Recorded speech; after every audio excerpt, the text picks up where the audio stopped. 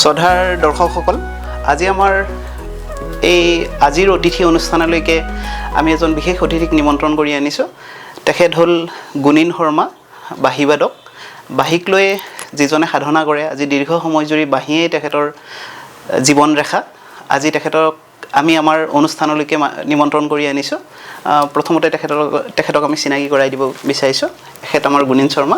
নমস্কাৰ, মোৰ ফালৰ পৰাও আটাইকে এই চেনেলটোৰ যোগেৰে প্ৰতিজন ব্যক্তিক বা সংগীত প্ৰেমী বা আমাৰ গোটেইখিনি ভাল পোৱা মানুহক মই আন্তৰিকভাৱে শ্ৰদ্ধা জ্ঞাপন কৰিছোঁ। আৰু আগন্তুক দুৰ্গা পূজা, শাৰদীয় দুৰ্গা পূজাৰ আগতীয়াকৈ মই শুভেচ্ছা জ্ঞাপন কৰিছোঁ আৰু আপোনালোককো ধন্যবাদ জ্ঞাপন কৰিছোঁ প্ৰথমতে ইয়াতে মাতি আনি বহোৱাৰ বাবে। আমি কথা বাৰু পাতিম। আমি একদম আৰম্ভণিতে আপোনাৰ আপুনি ভাল পোৱা গানৰ এটা বাঁহীৰ সুৰত আমি শুনিব বিচাৰিছোঁ। আচ্ছা, ঠিক আছে। ভূপেন্দাৰ পৰাই আৰম্ভ কৰোঁ নেকি? আমাৰ ভূপেন্দাৰ চলি আছে আৰু ভূপেন্দাৰ এটা ভাইব চলি আছে আৰু আমাৰ সেইটো কৰ্তব্য ভূপেন্দাক এটা যদি সন্মান দিব পাৰোঁ অকণমান কিবা এটা ভূপেন্দাৰ।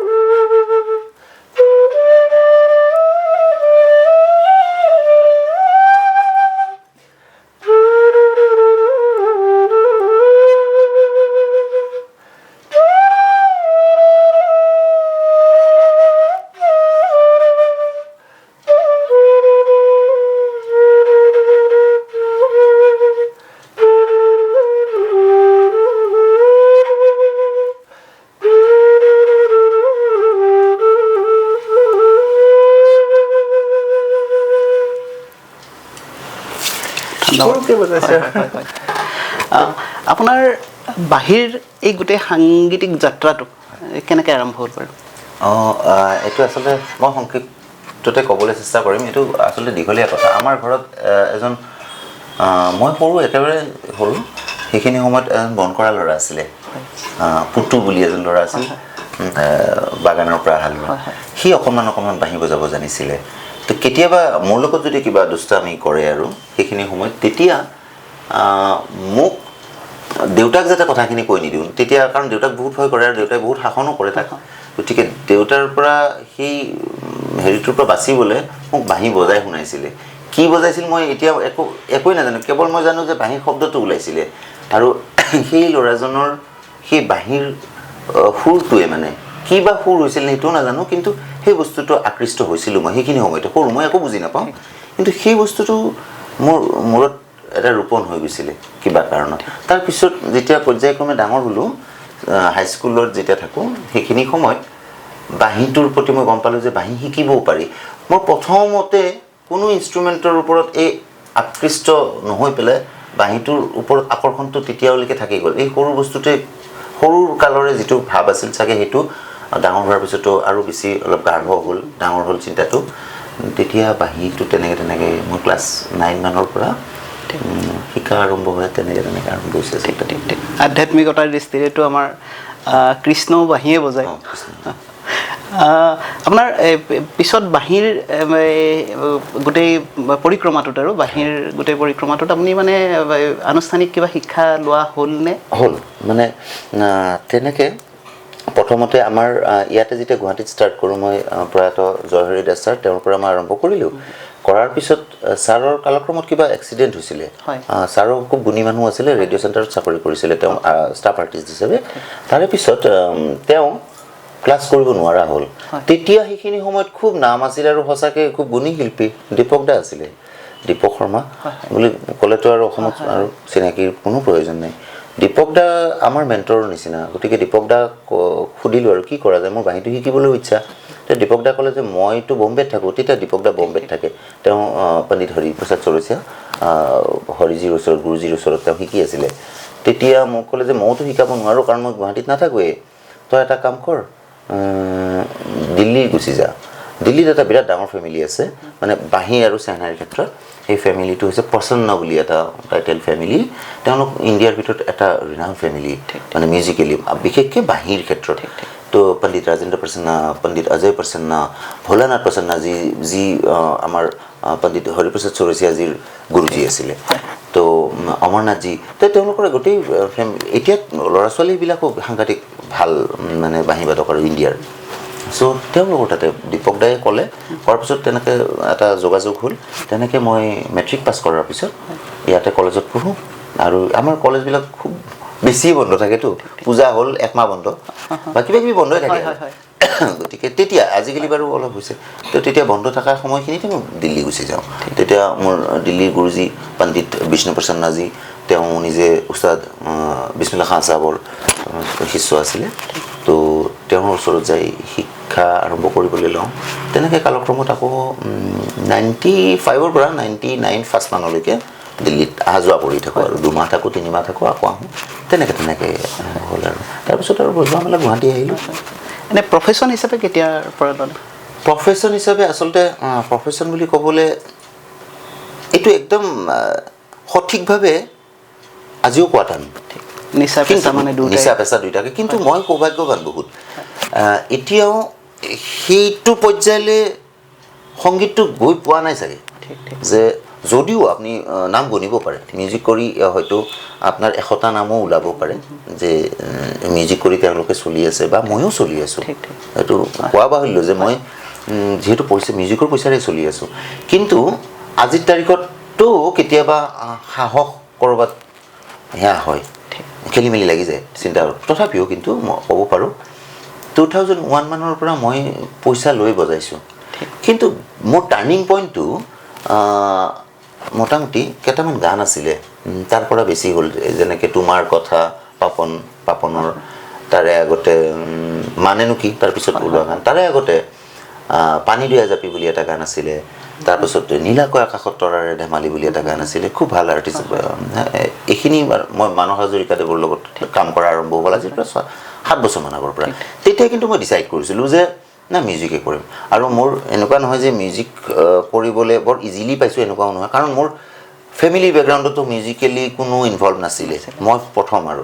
গতিকে যথেষ্ট বাটটো কঠিন আছিল, ষ্ট্ৰাগল কৰিব লগা হৈছিলে। কিন্তু কালক্ৰমত তেনেকৈ আহিলোঁ। পিছত মানুহৰ মৰম বা ভালপোৱা, বহুতে পৰামৰ্শ বা যথেষ্ট দীপক দাহঁতেও যথেষ্ট হেল্প কৰিছে, তেনেকৈ বিভিন্ন মানুহে হেল্প কৰিছে আৰু। তো তেনেকৈ এতিয়া আৰু কমপ্লিট মিউজিচিয়ান বুলিয়ে কোৱা যায়। আৰু মিউজিকৰ এজন মিউজিচিয়ান মই হ'ব পৰা নাই বা শিল্পী মই নহয়েই, কিন্তু মই আজিৰ তাৰিখত এজন মিউজিকৰ বাঁহীৰ এজন খুব ভাল ষ্টুডেণ্ট হ'ব পাৰিছোঁ চাগে এতিয়া। এতিয়া মানে নিজকে মই ষ্টুডেণ্ট বুলি ভাবোঁ আৰু। এতিয়া হয়তো মানে এতিয়া অলপ বুজি পাওঁ যে এইটো বস্তু যদি ছাপ'জ যদি চাওঁ মাদনী চা, যদি তাতে থাকে নি দ পা মাদনী ৰে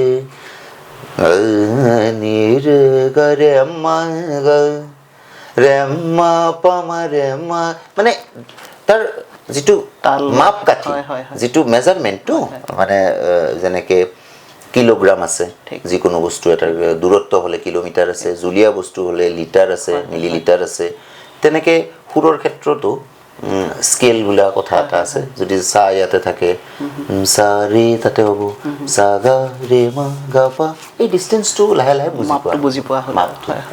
এনে আপুনি মঞ্চত যেতিয়া প্ৰথম গাইছিলে ক'ত গোৱা হৈছিলে আৰু প্ৰথম মানে কোনটো বজাইছিলে? মানে বিৰাট ভাল কুৱেশ্যন হা। মোৰ আজিলৈকে মই সেইটো কুৱেশ্যনৰ আনচাৰ দিব পৰা নাছিলোঁ। আজি মোৰ বিৰাট ভাল লাগিলে আপুনি সেই কুৱেশ্যনটো কৰিছে। এইটো আছিলে 92 চনৰ কোনোবা এটা দিন, মানে বহাগৰ দেই, 92 চনৰ প্ৰথমটো অনুষ্ঠান মই কৰিছোঁ চানমাৰি বিহুতলী। তো সেইটো মোৰ ভণ্টিহঁতে কিবা এটা নাচিছিলে, আমাৰ বাগানীয়া বা এনেকুৱা কিবা ডান্স কৰিছিলে।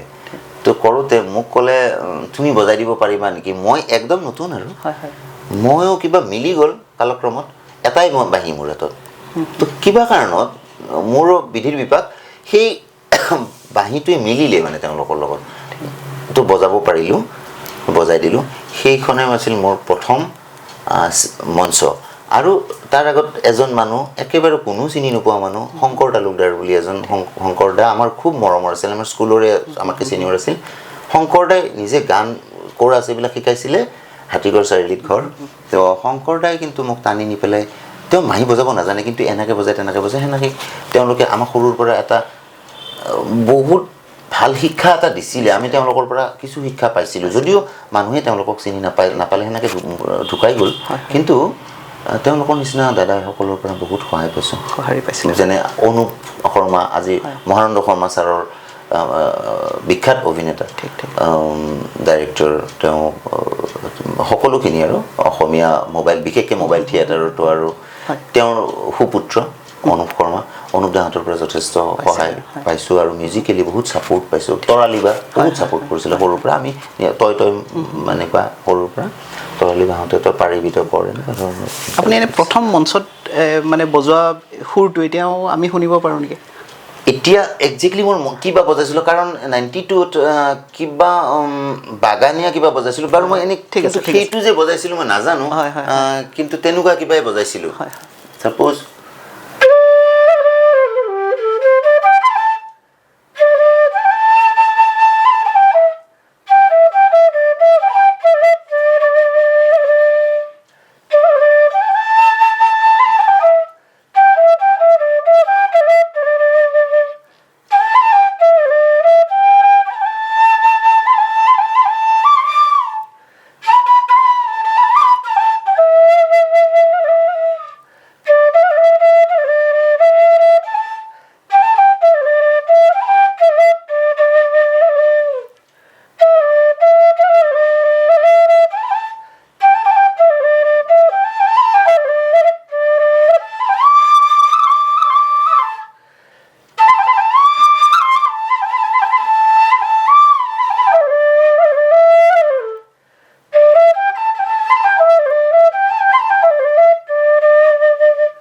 কিবা বজাইছিলোঁ আৰু মানে ভালকৈ মনত নাই, বাগানীয়া কিবা বজাইছিলোঁ, কিন্তু যিমানখিনি মনত আছে। আমি এটা অন্য প্ৰসংগলৈকে আহোঁ। আপোনাৰ মানে শৈশৱ, কৈশোৰ, যৌৱন, এই গোটেই কথাখিনি ক'ত, কেনেকৈ আপোনাৰ মানে জন্ম বা শিক্ষা? জন্মৰ পৰাই আচলতে গুৱাহাটীত মোৰ আৰু মা দেউতাৰ ঘৰ আছিল চামতা। তো গাঁওখন অতি আপোন, খুব এয়া আৰু। কিন্তু জন্মটো মোক মানে গাঁৱতে হৈছিলে মই জনামতে, আৰু ঘৰতে জন্ম আৰু। তো তাৰ লগালগ গুৱাহাটীলৈকে আহি গ'লোঁ। সেইকাৰণে আপুনি জন্ম, যদিও মই ভূমিষ্ঠ হৈছোঁ নলবাৰীত বা চামতাত, পিছৰ গোটেই পৰ্যায়খিনি বোধহয় গুৱাহাটীতে হৈছে। গতিকে মই গুৱাহাটীতে পাইছোঁ নিজকে। তাৰ পৰা জোৰডতে তাতে ডাঙৰ হ'লোঁ। কৈশোৰ বা শৈশৱ, কৈশোৰ, যৌৱন গোটেইখিনি জোৰত তিনিআলিতে, আজিও জোৰত তিনিআলিত আমাৰ নিজৰে ঘৰ। দেউতাই তেতিয়াই কৰিছিলে আৰু। তো তেনেকৈ তাতে পঢ়া শুনাও প্ৰথমতে ভাস্কৰ বিদ্যাপীঠ, তাৰপিছত গীতানগৰ হাইস্কুল, SB দৰা কলেজ, তেনেকৈ আৰু। এনেই আমি ধৰক যিমান দূৰলৈকে আপোনাৰ সম্পৰ্কে আমি অৱগত হৈছোঁ আৰু আপুনি শিক্ষা জীৱনৰ বিভিন্ন আপোনাৰ কিছু, মই দৰ্শকসকলক এইখিনিতে কৈ থওঁ যে এখেত আচলতে আমি খুব সুন্দৰকৈ বাঁহী বজাই যদিও এখেতৰ ঠিক এটা ধেমেলীয়া মানে এটা চৰিত্ৰও আছে। আমি ভাবোঁ যে দৰ্শকসকলে সেই কথাখিনিত আমোদ পাব। আৰু এখেত যিহেতু অৰিজিনেলি নামনি অসমৰ, আমি বিচাৰিম যে আপুনি নামনি অসমৰ ভাষাতে অন্ততঃ আমি দৰ্শকে বুজিব পৰাকৈ কথাখিনি ক'লে হয়। এইটো কিন্তু এটা আমাৰ আচলতে নামনি অসমৰ মানে কি, মোৰ কথাত নামনি অসমৰ পূৰা সম্পূৰ্ণ চাপটো দেখা যায়, পিকচাৰটো মানে পূৰা দেখা যায়। কাৰণ যদিও মই গুৱাহাটীতে ডাঙৰ হৈছোঁ, আৰু তাতে এটা সৰু কথা আছে। এবাৰ কি হ'ল, তাৰ পৰা আৰম্ভ কৰিব পাৰিম তাৰমানে ভাষাটো। ঘৰত গ'লোঁ, ঘৰ আমাৰতো নলবাৰীতে আৰু চামতাত। তো সৰুৰ পৰা ইয়াতে ডাঙৰ হৈছোঁ। গতিকে গোটেই লগৰখিনি শিৱসাগৰ, যোৰহাটৰ পৰা মানে বন্নিবাৰী বাজাৰৰ পৰা আৰম্ভ কৰি আৰু আমাৰতো আৰু গুৱাহাটীখন একদম। গতিকে সেইখনত প্ৰত্যেক ধৰণৰ মানুহকে লগ পাইছোঁ। গতিকে যিহেতু আমাৰ ঘৰত তথাপিও নলবৰীয়া কথা, আমাৰ কামৰূপীয়া কথা, গতিকে আমি কোনোদিন মানে ঘৰত কেতিয়াও লিখিত কোৱা নহ'ল, যাৰ কাৰণে আমাৰ এই বস্তুটো থাকিয়ে যায়। তাৰপাছত কি হয়, এবাৰ মানে ঘৰত গ'লোঁ আৰু এবাৰ মানে কি ঘৰত ইন দ্য চেন্স আমাৰ গাঁৱৰ ঘৰৰ কথা কৈছোঁ, নলবাৰী চামতাত যেতিয়া যাওঁ, হঠাৎ কথা নাই বতৰা নাই এজন বন্ধু আৰু সৰুকালৰে আৰু যদিও আমি গ'লে তেওঁলোকৰ লগতে খেলোঁ আৰু তো এজনে কৈছে অ' শৰ্মা কেতিয়া আহিছ তুমি এনেকৈ ক'লে আৰু মই কৈছোঁ অ' আহিলোঁ ৰ'বা যোৱাকালি আহিছিলোঁ থাকিবা নেকি কেইদিনমান বোলো হেৰি তাকেতো ভাবা নাই ৰ'বা আগদিন না দুদিন থাকিম আৰু এনেহেন কথা তাৰপিছততো এটা আহি পেলাই মাত দিছে দেই আৰু এটা বেলেগ লগৰ অ' শৰ্মা তুমি কেইদিনমান থাকিবা মোৰ বাপাও কিবা বেলেগ হৈ গৈছিল শুনা কথা বাৰ্তা তুমি আজিকালি গুৱাহাটী চুৱাহাটী থাকা না অ' মই আজিকালি সেই তুমি যে আৰু কথা কোৱা হেৰি মই আজি 2 বছৰমানেই হ'ল গুৱাহাটীত থাকোঁ বোলো কথা বাৰ্তা বদলি যাব লাগে মই জন্মৰ পৰাই গুৱাহাটীত আছোঁ হা এতিয়া এৰা নিচিনা ক'বা তেতিয়াহে নিজৰ লাগে কথাটো এনেকুৱা হৈছে আপোনাৰ অতি বেয়া পঢ়াত কোনো কথাই নাই তাৰমানে মত নাই 3 বাৰ মেট্ৰিক ফেইল কৰিছোঁ 3 নম্বৰ বাৰত যেনেকৈ এটা আমাৰ কমলেশ বৈশ্য ছাৰ তেওঁৰ কৃপাত টিউশ্যন কৰিলে মেথছত আৰু মেথছত 22 পাই ফেইল কৰা ল'ৰা আৰু গতিকে সেইখিনি আপোনালোকে জানে তথাপিও দৰ্শকে নাজানে মই কৈ দিছোঁ 3 বাৰ মানে 91তে মেট্ৰিক দিছিলোঁ এনেকুৱা আৰু কথা যি নহওক কালক্ৰমত পাছ কৰিলোঁ তেওঁ মোক মেথছৰ টিউশ্যন কৰিলে আৰু আগতে এনেকুৱা ধৰণৰ কথা সকলোখিনিতো বুজিয়ে পাওঁ ক্লাছত কোনোদিন মানে গুণিন মানে চব বুজি পায় আৰু সৰ্বজ্ঞানী মানুহতো চব বুজি পায় একো বুজি নাপাওঁ এনেই আৰু তো ফাইনেলি সেনেকৈ মেট্ৰিক সেইকাৰণে বুজি পোৱাৰ মানে হেৰিতে কৃপাতে 3 বাৰকৈ মেট্ৰিক তাৰপাছত 4 নম্বৰ বাৰত নেকি বোধহয় মেথছত পাছ কৰিলোঁ সেইবাৰ কিন্তু ভালকৈ পাছ কৰিছোঁ দেই ছাৰৰ মানে টিউশ্যন কৰিলোঁ কৰাৰ পাছত মানে মেথছততো ফাৰ্ষ্ট ডিভিজন মাৰ্কছ পাইছোঁ তাৰপিছত এইফালে থাকিল সংস্কৃত তাতো 22 পাই লেটাৰ পোৱাৰ কথা আৰু এইবাৰ সংস্কৃত বাদ দি যেতিয়া মিউজিক ল'লোঁ মিউজিকত 4 নম্বৰৰ কাৰণে লেটাৰ নাপালোঁ কিন্তু সেইবাৰ অন্ততঃ মেট্ৰিকটো পাছ কৰিলোঁ মোটামুটি 42 পইণ্ট চামথিং তেনেকুৱা লৈ পেলাই তাৰপিছত এছ বি দেউৰা কলেজত এডমিশ্যন আৰু তাতো জমনি এডমিশ্যন মোৰতো কনফিডেন্স সিমানেইতো গতিকে কি হ'ল প্ৰথমতে নে দ্বিতীয়তে মাতিছে মোৰ নাম আমিতো আৰু 4 বাৰ 5 বাৰমানৰ পিছত মেট্ৰিক পাছ কৰা মানুহ দেৰিকৈ এডমিশ্যন হ'ব সেনেকৈ যাই পেলাই কিন্তু সেইখন কলেজতো কালক্ৰমত মোক 1 নম্বৰ 2 নম্বৰতে মাতিছে তাৰমানে গালি চালি খাই পিছত আকৌ 2 নম্বৰ নে কি কৰি দিলে আৰু তাৰপাছত তেনেকৈ তাতে এডমিশ্যন হ'ল তাৰপৰা 2 নম্বৰত হ'ল যে মানে কিহৰ কাৰণে এখন তাৰমানে কি যিহেতু এডমিশ্যনটো মাৰ্কছ ৱাইজ হৈ আছে মোতকৈ বাকীকেইটাৰ কমেই আছেতো মোৰ 40 তাতে মানে মই চেলিব্ৰিটি টাইপ কথা আৰু 42% পাইছোঁ আৰু তেতিয়া দিনৰ কথা এতিয়া এছ বি দেউৰা কলেজত আপুনি সোমাব নোৱাৰিব আকৃতি বেলেগ ইমান ধুনীয়া ফুলনি ইমান ধুনীয়া বিল্ডিং আমাৰ দিনত মানে আপোনাৰ আধামান ৰং আছে আধামান নাই তজাৰ বেৰাৰ ঘৰ তাৰপিছত ৱাল বোলা কথাই নাই গেটততো কথাই নাই ৱালেই নাই গেটটো বেলেগ কথা এতিয়া গেটত চকীদাৰো থাকে তাৰমানে এনেকুৱা ধৰণৰ কথা আমাৰ দিনত নাছিলে এইবিলাক বুন ছিঙি তাৰমানে সেইটোৱে আমাৰ আড্ডা আৰু এইখন ফুটপাথ এইখন কলেজ ফুটপাথত বহোঁ এইফালে আড্ডা মাৰোঁ সেইটো টাইপ কথা তো তেনেকৈ আৰু এই ক্ষেত্ৰতো ক'ব লাগিব মোৰ খুৰা মাজু খুৰা তেওঁ ইঞ্জিনিয়াৰ ৰিটায়াৰ হৈছে ইৰিগেশ্যনত কৰিছিলে তেওঁ আহি মনোবল দিলে মোক যে আমাৰ ঘৰৰ ল'ৰাইতো ইমান গাধা নহয় আৰু আমাৰ গোটেই খুৰা বন্ধুতাবিলাক কোনোবা প্ৰিন্সিপাল ৰিটায়াৰ হৈছে কোনোবা বেংকৰ মেনেজিং ডাইৰেক্টৰ কোনোবা টিচাৰ গোটেইখিনি এনেকুৱাই আৰু তাৰে মাজত আমাৰ এই অলগদ্ধটো ক'ৰ পৰা আহিল তাৰমানে কিন্তু আৰু কালক্ৰমত তাৰপিছত আৰু পঢ়াটো নহ'লে বাঁহীটোকে মই বোলো বাঁহীটোকে ভালকৈ বজাব লাগিব আৰু তেনেকৈ আৰু সকলোৰে মৰম আদৰত বা সহযোগিতাত বাঁহী বজাই থাকিলোঁ আৰু এনেকৈ এতিয়া ভগৱানৰ কৃপাত যি দুজন এজন মানুহে মৰম কৰে বা চিনি পায় বাঁহীটো থ্ৰী দিয়ে চিনি পায় আৰু সেনেকৈ চলি আছোঁ ঠিক সেইটোৱে কথা আৰু আপুনি শেহতীয়াকৈ পাপনৰ লগতো যথেষ্ট দুটা তিনিটামান যথেষ্ট জনপ্ৰিয় হৈছে আপোনাৰ আমি সেই গানটো অলপ শুনি লওঁ নেকি বাৰু আচ্ছা পাপনৰ লগত পাপন বুলি মই এইকাৰণেই কৈছোঁ ভুল নুবুজিব আপোনালোকে পাপন আৰু ময়ো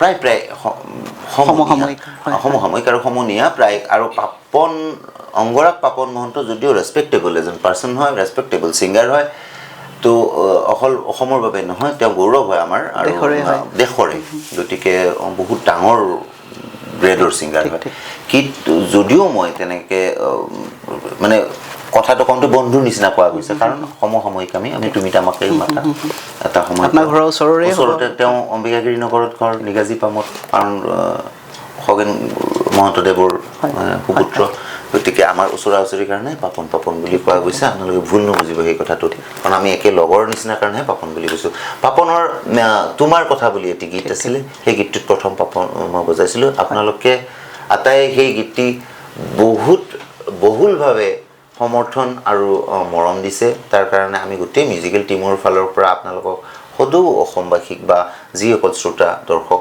আটাইকে ধন্যবাদ পুনৰবাৰ জ্ঞাপন কৰিছোঁ কাৰণ আমাৰ কষ্টখিনি সঁচাকৈ আপোনালোকে সফল কৰিলে মৰম কৰিলে তেওঁৰ গীতটো এনেকুৱা ধৰণৰ আছিল মোৰ পাৰ্টটো প্ৰথমতে বজাই লৈছোঁ মোৰ পাৰ্টটো আছিলে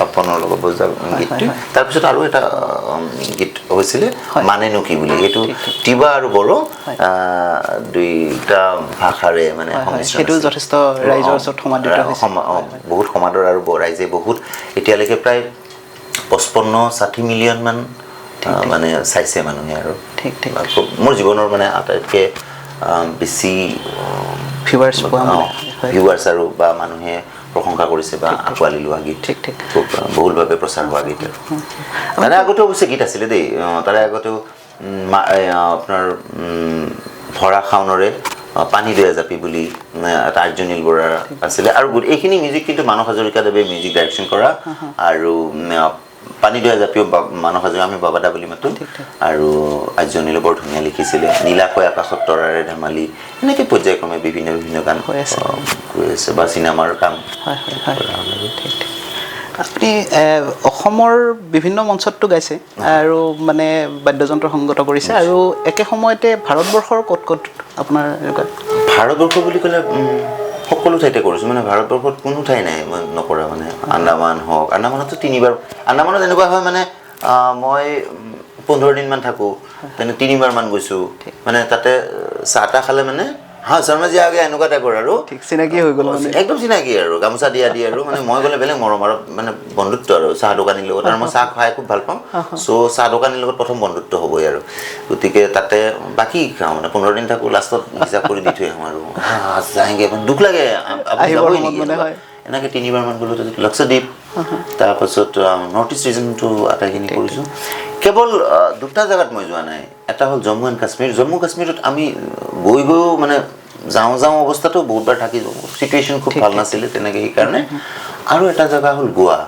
এই 2টা জেগাত ইণ্ডিয়াত মই যোৱা নাই তাত বাহিৰে বাকী সকলো জেগাতে গৈছোঁ আছোঁ প্ৰগ্ৰেম কৰিছোঁ আপুনি এককভাৱে কৰিছিল নে কিবা এনেকুৱা নহয় সংগত কৰিছিলোঁ এককভাৱে তাৰে মাজে মাজে এককভাৱেও কৰিছোঁ আৰু এইবিলাক জ'নেল প্ৰগ্ৰেমবিলাকো কৰিছোঁ ক্লাছিকেল প্ৰগ্ৰেমো কৰিছোঁ কেলকাতা আৰু এইটো এটা বিৰাট ডাঙৰ কথা দেই কেলকাতা নিচিনা ঠাইত মই ক্লাছিকেল মিউজিক বজোৱা ক্লাছিক মিউজিকটো এটা আমি অভ্যস্ত নহয় যিটো মিউজিক বস্তুটো ন' ডাউট বহুতে ভাবে টানটো হয় বাৰু টানটো বিহু গীতো টান বড়ো গীতো টান ৰাভা গীতো টান প্ৰত্যেকটা বস্তুৱে টান কিন্তু ওজাপালি সাংঘাতিক টান ওজাপালি এটা মই হয়, হয়। যিটো লিংকত মই কথাটো ক'ব বিচাৰিছোঁ আহিব বাৰু ওজাপালি এটা সাংঘাতিক শৈলী ওজাপালি যোনে মানে এইটো জেজ মিউজিক আৰু মানে ঠিক, ঠিক। ৱেষ্টাৰ্ণ যদি তাত ইনভলভ কৰে গোটেই বস্তুখিনি ডেক'ৰেশ্যনটো যদি তেনেকৈ কৰা হয় সাংঘাতিক ধৰণৰ গীত মানে হেৰি ইভেন আমাৰ অসমীয়া যিখিনি ট্ৰাইব দুই এটা আছে আছামিজ যেনে আপোনাৰ কিছুমান তিৱা, মিচিং ৰাভা। সেইবিলাকতো হয় মিচিং তিৱা হাজং হাজং। এনেকুৱা ধৰণৰ যিখিনি গীত আছে সাংঘাতিক ধৰণৰ আৰু নৰ্থ ইষ্টৰ ওপৰত চাগে কোনো দেশৰ কোনো ৰাজ্যৰ বোধহয় ইমান আৰু বেছি tribes থকা, হয়। ইমান বেছি Diverse, লোক হয়, সংস্কৃতি আৰু বোধহয় নাই নেকি নাই ঠিক, বোধহয় নহয় নাই হয়, হয়। মানে ethnic group যথেষ্ট পৰিমাণে আছে বহুত অসমত, হয়, North East ত। গতিকে সেইখিনি মিউজিককে আকৌ আমি কৰিছিলোঁ ঠিক। কৰিছিলোঁ নহয় আপুনি যদি চাব যায় অসমত বিশেষকৈ যিখিনি ফ'ক যিকোনো ইনগ্ৰেডিয়েণ্টছটো বেছিকৈ ইনভলভ হৈ থাকে সেই গীতটোত সেই গীতটো সাধাৰণতে প্ৰচাৰমুখী হয়েই ঠিক। সাধাৰণতে আপুনি ঠিক, যিমান প্ৰচাৰ হৈ থকা গীত চাব সেইখিনি হয় আৰু বাহিৰতো এককভাৱে সেইখিনি মিউজিককে লৈ পেলাই এককভাৱে ময়ো কৰিছোঁ দলীয়ভাৱেও কৰিছোঁ অংগৰাগ পপন মহন্তৰ লগত আপোনাৰ দ্বিতীয়টো যিটো গীত আছিলে মানেনো কি? মানেনো, হয়, মানেনো আমি কি? মানেনো কিটো অলপ শুনি লওঁ আচ্ছা, নেকি? আচ্ছা। হয়।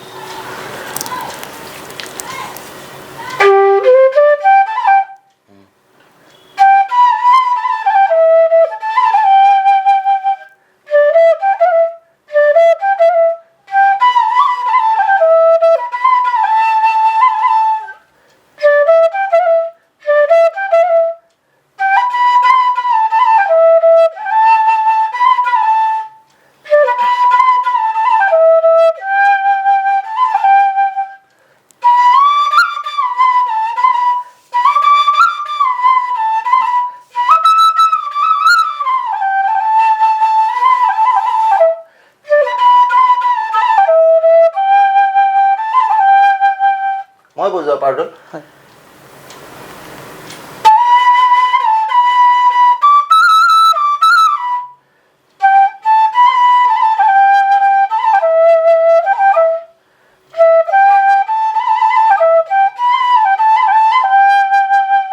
এইটো এটা পাৰ্ট আছিল আৰু এটা আছিল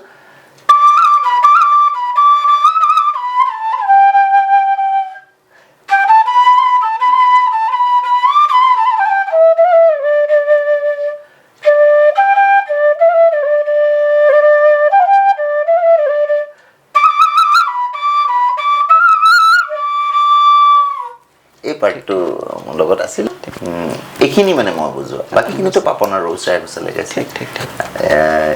এইটো গানো মানে সৌভাগ্য হৈছিলে বুজোৱাৰ কাৰণে আৰু সঁচাকৈ মানুহে বহুত আঁকোৱালি লৈছিলে গীতটো আমি কিন্তু গম পাইছিলোঁ যেতিয়া গীতটো আমি আপোনাৰ ৰেকৰ্ডিং হৈ গ'ল এইটো গীত যিদিনা মোক আমি বাবাদা বুলি কওঁ মানস হাজৰিকা দেখোঁ বাবাদাই কৈছে শ্ৰেয়া ঘোষালে গাই পঠাইছে আজি মিক্সত বহিব লাগিব আহিবি নেকি শুনিবলৈ লগালগ আৰু কথাই নাই আৰু গৈছোঁ আৰু সঁচাকৈ অদ্বিতীয় ছিংগাৰ কিন্তু শ্ৰেয়া ঘোষালে যেতিয়া ভইচটো যেতিয়া আমি শুনিছোঁ এই গানটোত শ্ৰেয়া ঘোষাল ন' ডাউট তেওঁতো অসমীয়া নাজানে কিন্তু গীতটো ইমান ধুনীয়াকৈ গাইছে গোৱাৰ পিছত আৰু যিটো ভোকেলৰ কথাটো এটা লাইনত এটা নোট ইফালৰ পৰা সিফাল নাই তাৰমানে কেৱল মোক বাবাদাই ফৰ্মত কৈছে কি কৰিবি ভইচটো কি কৰিবলগীয়া আছে জাষ্ট সেইখিনি ষ্ট্ৰাকচাৰ ৱাইজ এইটো লগাই দিছে একো কৰা নাই যেনেকৈ আছে তেনেকৈ আছে আপোনালোকে যিটো শুনা পাইছে একজেক্টলি সেনেকৈ গাই পঠাইছে কোনো ধৰণৰ এটা নোট এটা বিন্দু তাতে চেঞ্জ কৰা হোৱা নাই বা ঠিক কৰিবলগীয়া হোৱা নাই সেইকাৰণে সঁচাকৈ আমি মানে সেনেকুৱা মানুহখিনিক বা সেই এটা বেলেগ লেভেল হেৰিলৈকে গুচি গৈছে পৰ্যায়লৈকে সেইখিনি মানুহক আমি সঁচাকৈ যদি ফ'ল' কৰোঁ ভাল মানুহখিনিক যদি ফ'ল' কৰোঁ ন সঁচাকৈ আমি অন্ততঃ সেই বস্তুটো নহ'লেও অন্ততঃ ভাল মিউজিক অকল প্ৰফেচনেলিয়ে মিউজিক কৰিব লাগিব বা প্ৰফেচনেলিয়ে আমি সদায় ষ্টেজত গান গাম সেইটো নহয় অন্ততঃ মিউজিকটো ভালকৈ শুনা ভালকৈ এটা গীতেই গাওঁচোন সেই গীতটোকে হয়তো বহুত ধুনীয়াকৈ কৰিব পৰা যাব তেতিয়া আমাৰ পিছৰ পৰ্যায়খিনিও পিছৰ পৰ্যায়ৰ নেক্সট জেনেৰেশ্যনখিনি অন্ততঃ ভাল গীত শুনিবলৈ ইচ্ছা কৰিব চেষ্টা কৰিব মানে সেইটো তেনেকুৱা মানুহকে সঁচাকৈ ফ'ল' কৰিব লাগে এনে ধৰক অভাৰঅল অসমৰ গোটেই যিটো সাংস্কৃতিক পৰিৱেশত আৰু আপোনাৰ ঠিক বাদ্যযন্ত্ৰীসকলৰ বিভিন্ন সংকট আমি মাজে মাজে শুনি থাকোঁ যে তেখেতসকলে ধৰক চলিবৰে টান এনেকুৱা এনে ধৰক আমি যদি আমাৰ ঠিক কথিত ভাষাতেই কওঁ আৰু যে বাঁহী বজাই চলিব পৰা অৱস্থা এতিয়াও অসমত আছেনে? বাঁহী বজাই এতিয়া মিছা কথা কোৱা যদি কওঁ যে চলিব নোৱাৰি তেতিয়াহ'লে মই কেনেকৈ চলি আছোঁ? মোৰতো কোনো বিজনেছ নাই, চাকৰি নাই, একো নাই। চলিতো আছোঁ, কিন্তু ক'ৰবাত উজুতি খাই থাকোঁ মানে কোনটো কাৰণত? হয়, মই ভাত পানী খাই আছোঁ বা মোৰ ল'ৰা ছোৱালী দুটাকো পঢ়াই মেলি আছোঁ মোটামুটিভাৱে এটা যোনে ৰাইজে য'ত পঠাইছে সেনেকুৱা ধৰণৰ স্কুল এখনতে দুইটাকে পঠাইছোঁ, হয়। কিন্তু আমাৰ অভাৱ কোনখিনি জেগাত হয়? আৰ্থিকভাৱে মানসিক অভাৱ আৰু আৰ্থিক অভাৱ, এই দুটাই অভাৱ হয়। কেনেকৈ হয়? আৰ্থিকভাৱে কি হয়, আমি ছাপ'জ আমি ভাল মিউজিক, যদি এজন মানুহে ভাল মিউজিক কৰি থাকে তেতিয়াহ'লে ফ'ল' কাক কৰিব? এজন ভাল মানুহক কৰিব। যেনে আমাৰ ভাল মানুহ বুলি ক'লে হৰিজিক চাব, ৰাকেশ চৌৰাচিয়াজী, পণ্ডিত অজয় প্ৰসন্নজী, পণ্ডিত ৰাজেন্দ্ৰ প্ৰসন্নজী, নবীনজী, এনেকুৱা মানুহখিনিকে বাঁহী বাদকখিনিক চালে কি হয়, তেওঁলোকে যিখিনি ইকুইপমেণ্টছ সেই টেকনিকেলি যিখিনি চাউণ্ডৰ কাৰণে বা টেকনিকেলি যিখিনি বাঁহী দৰকাৰ হয় বা যিখিনি মেকানিজিম যিখিনি দৰকাৰ হয় সেইখিনি কলম ভাৰলে আখৰ ভাৰ বুলি কয়তো। গতিকে সেই বস্তুখিনি আমাৰ সিমান পৰ্যায়ৰ বস্তু এটা ব্যৱহাৰ কৰিব নোৱাৰোঁ। আজি মোক ঘৰতে কিবা এটা লাগে, কম দামী এটা মাইক্ৰফোনে ছাপ'জ মই ইউজ কৰিব বিচাৰিছোঁ, সেই মাইক্ৰফোনটো আনিব লাগিছিলে 80,000 বা 85,000 টকাৰ, মই ক'ৰবাত 20,000, উপায় নাই আৰু 20-22,000 টকাৰ এটা বস্তু দিয়ে চলাইছোঁ। ন' ডাউট সেইটো দিও ওলাইছে, কিন্তু কোৱালিটি এটা বস্তুৰ তাৰ আউটপুটটো কোৱালিটিয়ে হ'ব। তাতে আৰু বিশেষকৈ ভকেলিষ্ট এণ্ড বাঁহী বজোৱাৰ ক্ষেত্ৰত, ভকেলৰ ক্ষেত্ৰত, তবলা বজোৱাৰ ক্ষেত্ৰত, মেনুৱেল ইনষ্ট্ৰুমেণ্টখিনি আৰু বিশেষকৈ বজোৱাৰ ক্ষেত্ৰত নৰ্থ ইষ্টত আৰু এটা টেকনিকেলি বহুত ডাঙৰ অন্তৰায় আছে, সেইটো হ'ল হিউমিডিটি। সেইটো এটা কাৰণ, হিউমিডিটিটো এটা কাৰণ যাৰ কাৰণে বেসুৰা হৈ যায় আৰু ভকেলতো খাৰাচ আহে, যথেষ্ট যে মাত ভাঙে বাকী, কাৰণ আমাৰ হিউমিডিটি খুব বেছি, পানীটো খুব বেছি বতাহত, যাৰ কাৰণে খুব ঘামো আমি, প্ৰেক্টিছ কৰিব ভাগৰ লাগে। কিন্তু আপুনি বম্বেত যদি আপুনি কৰে নহয় বা বেংগলোৰত কৰে তেতিয়াহ'লে আপুনি বহুত সময় প্ৰেক্টিছ কৰিব পাৰে, 10-12 ঘণ্টা প্ৰেক্টিছ কৰিব পাৰে। কিন্তু ইয়াতে নহয়, 6-7 ঘণ্টাৰ পিছত আপোনাৰ মাতটো কিন্তু ভাঙি যাব যদি বেছিকৈ প্ৰেছাৰ দিয়ে, কাৰণ ইয়াতে হিউমিডিটিটো বেছি, আমি সেই বতাহটো বেছি ওজন থাকে, ঠেলি কৰিবলগীয়া। সেইটো এটা কথা, সেইটো এটা প্ৰসংগ। আৰু মানসিকভাৱে হয় কি, কথাটো কৈছে আৰ্থিকভাৱে যেন তেন চলিব পাৰে, মানসিকভাৱে কি হয়, আমাৰ সেই প্ৰফেশ্যনেল কথা এটা এতিয়াও চিন্তাটো অহা নাই যে এজন ল'ৰাই বাঁহী বজাই চলিব পাৰিব বুলি বহুত পেৰেণ্টছৰ বা বহুতৰে বিশ্বাস নকৰে মানে।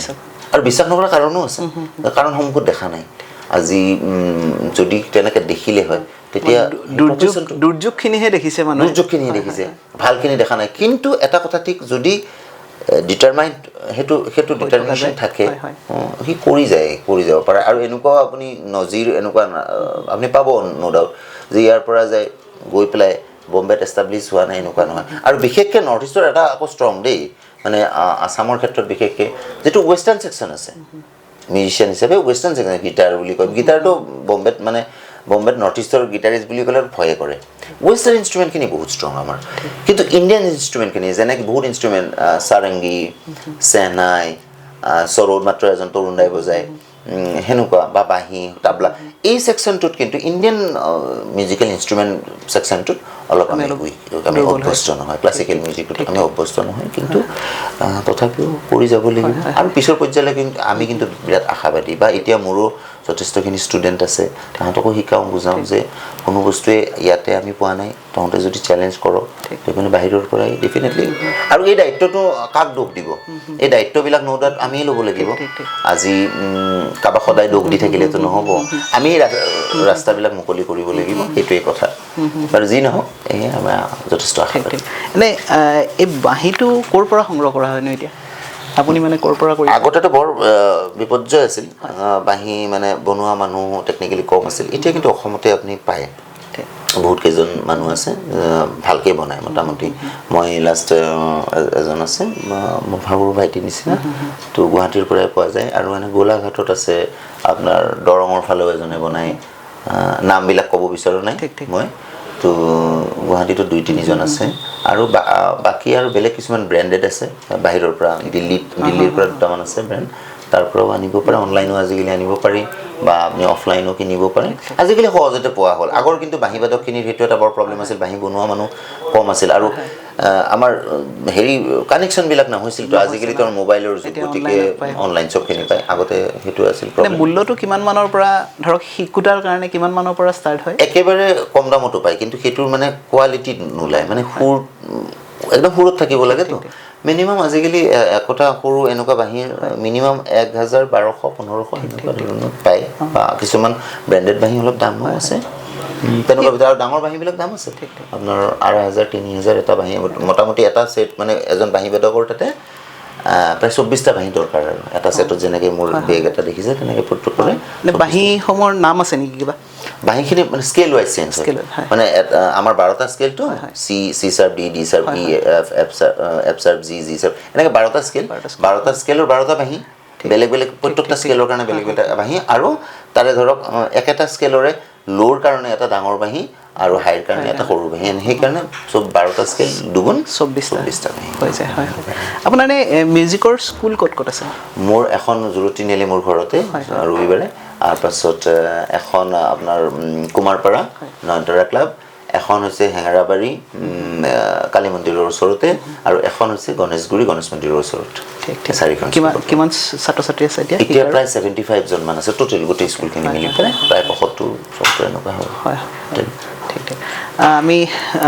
অনুষ্ঠানৰ শেষলৈকে যাওঁ শেষত আপুনি এই খুব জনপ্ৰিয়তাৰ মাজত ধৰক বিভিন্ন সুৰ সংগত কৰিছে বাঁহীত আপুনি ভাল পোৱা যিকোনো প্ৰথমতে এটা শুনিলোঁ আৰু এতিয়া আপোনাৰ নিজৰ ভাল লগা বা সামগ্ৰিকভাৱে ৰাইজে আদৰি লোৱা আৰু এটা ৰাইজে বা সেইটোৱে বৰ টান কাম মানে ৰাইজে বা আদৰি লয় নে নলয় নাজানো মই হয়তো আটাইতকৈ মোৰ অন্তৰৰ আটাইতকৈ কাষৰ যিবিলাক মিউজিক যি ভাল পোৱা মিউজিক সেইবিলাক মিউজিক বাৰু মই বজাই দিলে গম পাব কিন্তু শেহতীয়াভাৱে ক্লাছিক মিউজিকটো বহুত ভাল পাওঁ গতিকে মই গোটেইখিনিকে এটা অকণমানকৈ মানে ছেকেণ্ড আৰু 10-15 ছেকেণ্ড সেনেকৈ গোটেইখিনি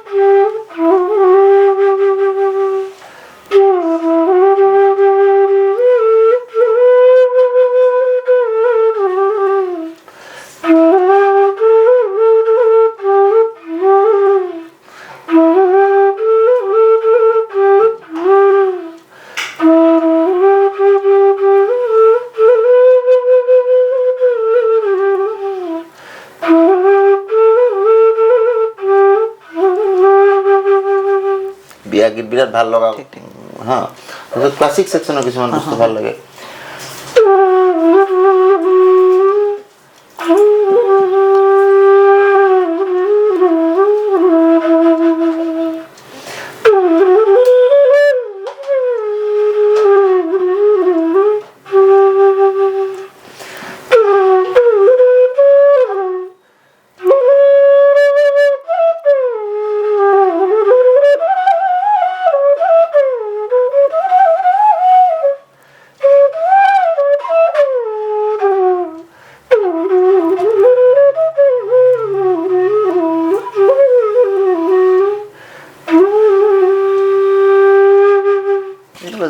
কিছুমান তাৰপাছত আপোনাৰ মোৰ সাংঘাতিক কিছুমান বস্তু ভাল লাগে যিয়ে হয়তো আজিকালি নুশুনিবই লাগে বুলি ভাবে নেকি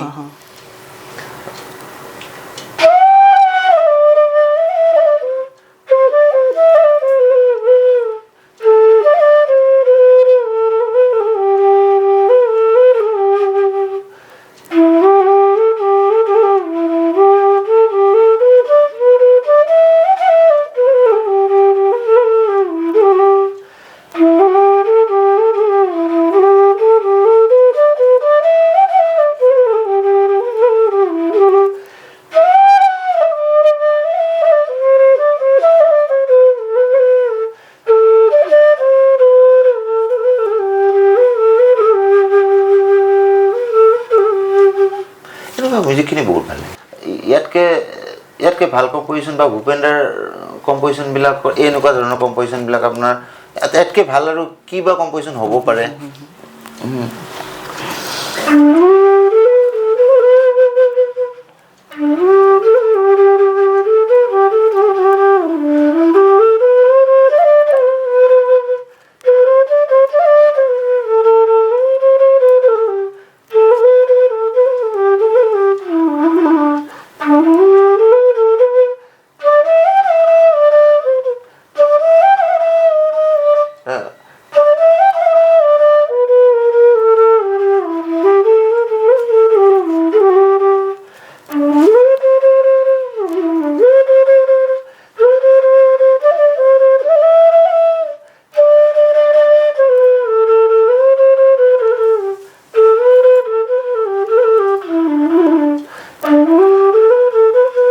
আৰু কি ভাল কম্প'জিশ্যন হ'ব পাৰে নাজানো আৰু মানে বহুত ভাল লগা আৰু এইবিলাক আৰু মই বজাওঁতে অকণমান যদি মনটো ইফাল সিফাল হ'ল এটা নোট যাবগৈ ইমান টান কম্প'জিশ্যন তেওঁৰ আজি তুহিৰে বা এইবিলাক ইমান টান টান গান বিমূৰ্ত মোৰ নিশাতি আজিৰ পৰা কত বছৰ 50-60 বছৰ আগৰ কম্প'জিশ্যন কেনেকৈ কৰিছিলে ভূপেন দাই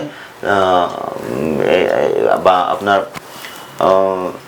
এই যে শ্বিলঙৰে গধূলি এই গীতবিলাক সাংঘাতিক ভাল লগা গীত জয়ন্ত হাজৰিকাৰ যে সুৰাত মগন এই সুহুৰিৰ যিটো সুৰ আৰু হয় হয় সেইটো বাঁহীত হ'ব পাৰে হ'ব বাঁহীত মই অৱশ্যে ট্ৰাই কৰা নাই কেতিয়াও সেই বস্তুটো বাকী কিন্তু বহুত বস্তু ট্ৰাই কৰা যায় যেনে আপোনাৰ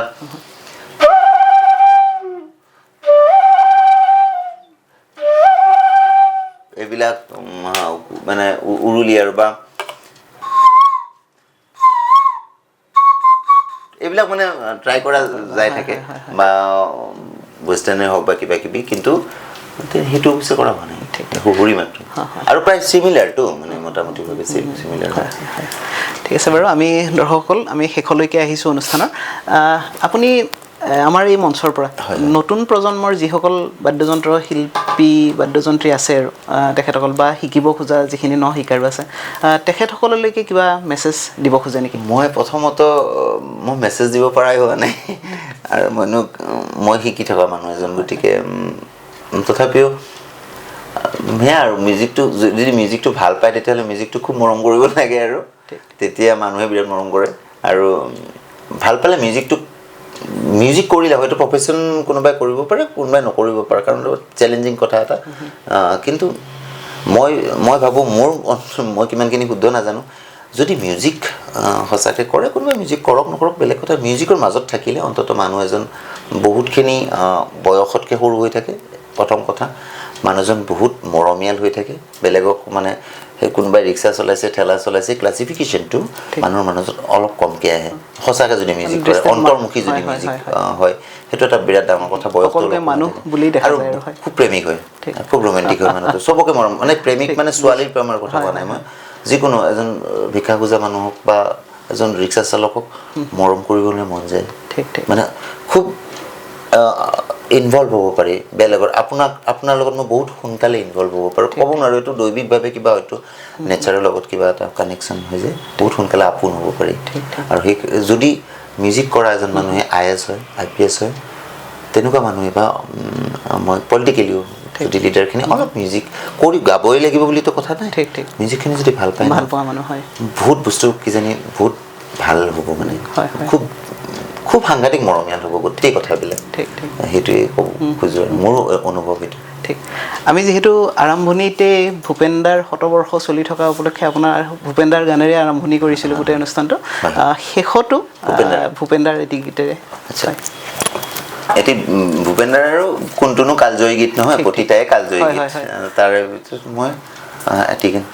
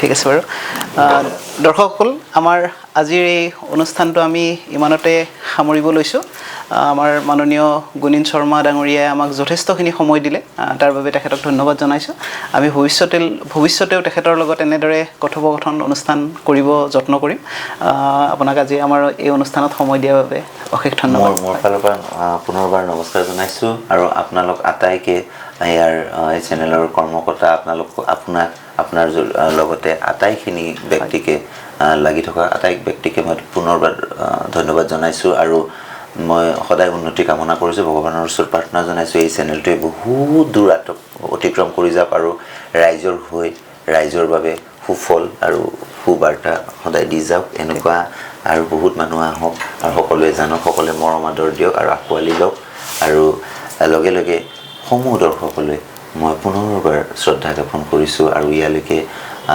ধুনীয়াকৈ চেনেলটো চাব ইয়ালৈকে আৰু মই আজি আহিছোঁ এনেকৈ আৰু বহুত মানুহ বহুত গণ্যমান্য ব্যক্তি যাৰ পৰা আমি বহুত শিকিব পাৰিম আমি নতুন নতুন কথা ন কথা জানিব পাৰিম তেনেকুৱা বহুত মানুহৰ যাতে আগমন হয় আৰু আপোনালোকে আগবাঢ়ি গৈ থাকক এই চেনেলটোৰ সদায় ভাল কামনা কৰি নমস্কাৰ জনাইছোঁ নমস্কাৰ হয়